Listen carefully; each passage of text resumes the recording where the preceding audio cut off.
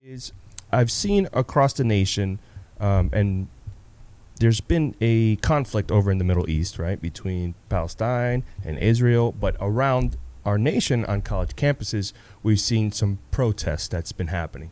And protesting is one thing, but they have gotten to where they're taking over buildings. They're getting physical with the police departments. So as sheriff at the Miami-Dade Police Department, we do have some FIU, as you went to school there, University of Miami, Barry University. So we have college campuses. We do. Right? How do you plan on, and let's say a situation as one of those arises, how do you plan on, as sheriff, handling that situation?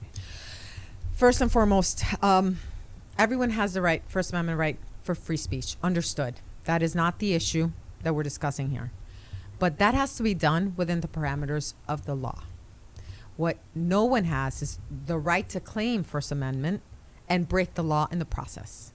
So this whole rhetoric about taking over buildings, and it's not just taking over buildings. They destroyed these buildings. They destroyed property. Libraries were fully tagged up. Books burned, destroyed, ripped.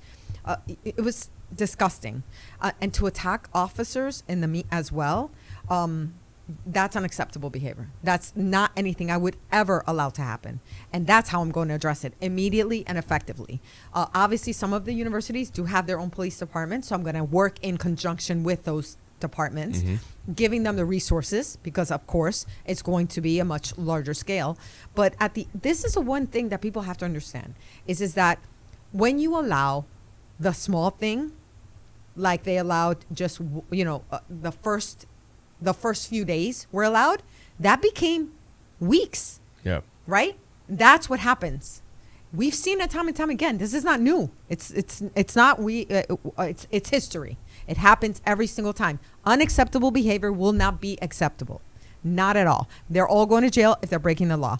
You follow the rules. You have your right to free speech. You can say whatever you want. You will stand behind the line. You will pull the permits if it's appropriate, because some of these are private property as well. Right. And if they say no, you're not allowed to do that here, then you're not allowed to do that here. Yeah. That's how I'm going to stand with it. I like it.